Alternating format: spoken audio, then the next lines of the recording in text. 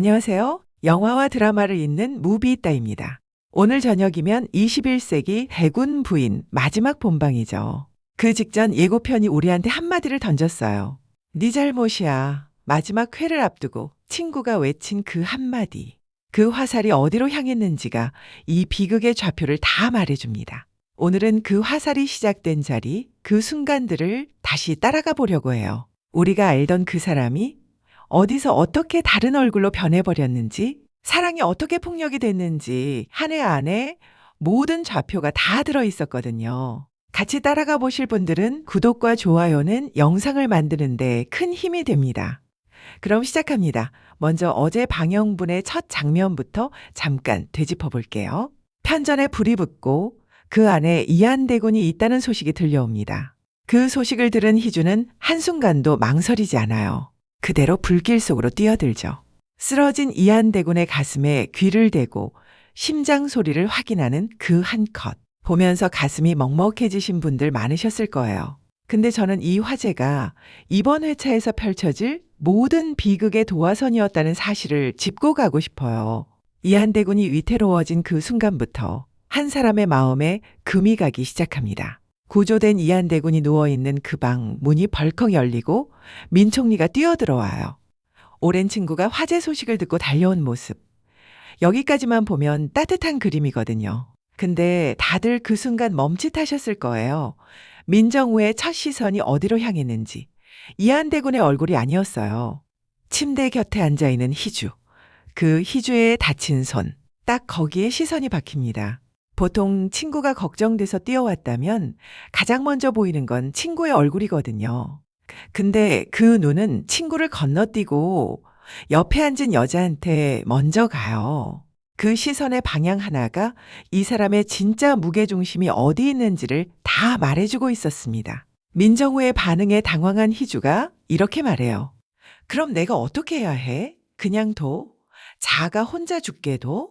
사랑하는 사람이 불 속에 있는데 거기 안 들어갈 사람이 어디 있냐는 항변이죠. 근데 이 말에 돌아온 대답이 우리가 알던 그 친구가 아니었어요. 그냥 더 짧고 차가운 세 글자, 이 턱 막히는 순간입니다.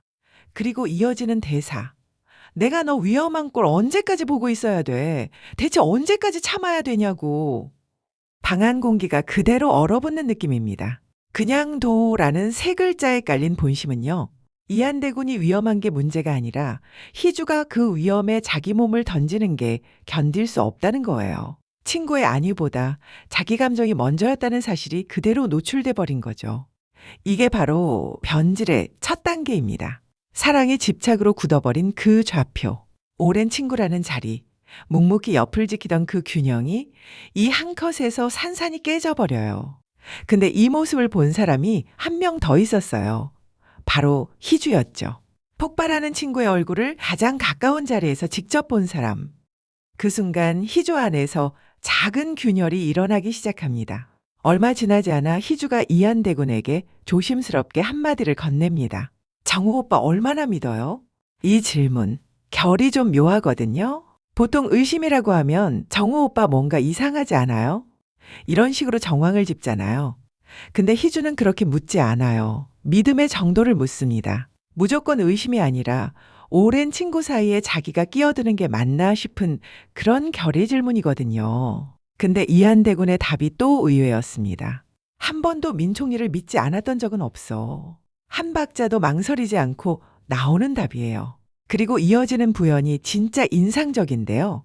내가 왕실의 입장에서 자유로울 수 없듯 민정우도 내각의 입장에서 자유로울 수 없다는 걸 아니까. 이한대군은 민정우를 한 사람의 감정으로 보는 게 아니라 한 사람의 자리로 보고 있다는 뜻이거든요. 그래서 두 사람의 시선이 같은 사람을 두고 갈라집니다. 희주는 위험 신호를 봤어요. 방금 그 폭발하는 얼굴, 자기 감정에 빠져버린 그 눈빛을요. 이한대군은 구조적 예측 가능성을 봅니다. 내각의 자리에 묶인 사람이 어느 선까지는 좀처럼 넘지 않는다는 그 구조 자체를 신뢰하는 거예요. 여러분은 누구의 시선이 맞다고 보세요? 진짜 잔혹한 건 두 사람이 본 게 같은 시점에 같은 사람이라는 점이에요. 한 사람 안에 이미 두 얼굴이 공존하고 있었다는 뜻이니까요.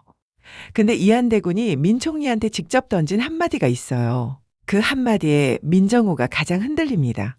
회복을 마친 이한대군이 민 총리와 정면으로 마주한 자리예요. 결혼식 당일의 음독 사건이 부원군에서 시작되었다는 사실에서 이한대군이 민정우에게 묻거든요. 근데 두 사람이 꺼낸 카드는 정반대로 갈립니다. 민 총리가 먼저 입을 엽니다. 부원군은 이 땅에 발붙일 수 없게 할 겁니다. 추방, 지워버리는 카드예요.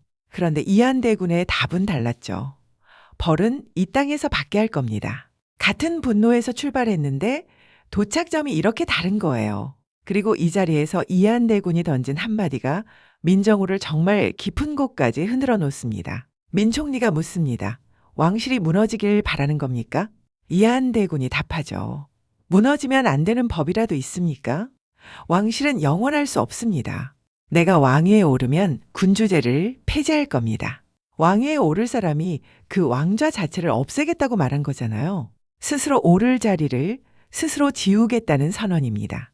민정우 입장에서 보면 자기가 평생 의지해온 권력구조 자체가 부정당하는 순간이거든요. 민정우의 다음 대사가 그 흔들림을 그대로 보여줍니다. 갖고 싶은 걸 다 가지더니 이젠 자유도 원하시는 겁니까?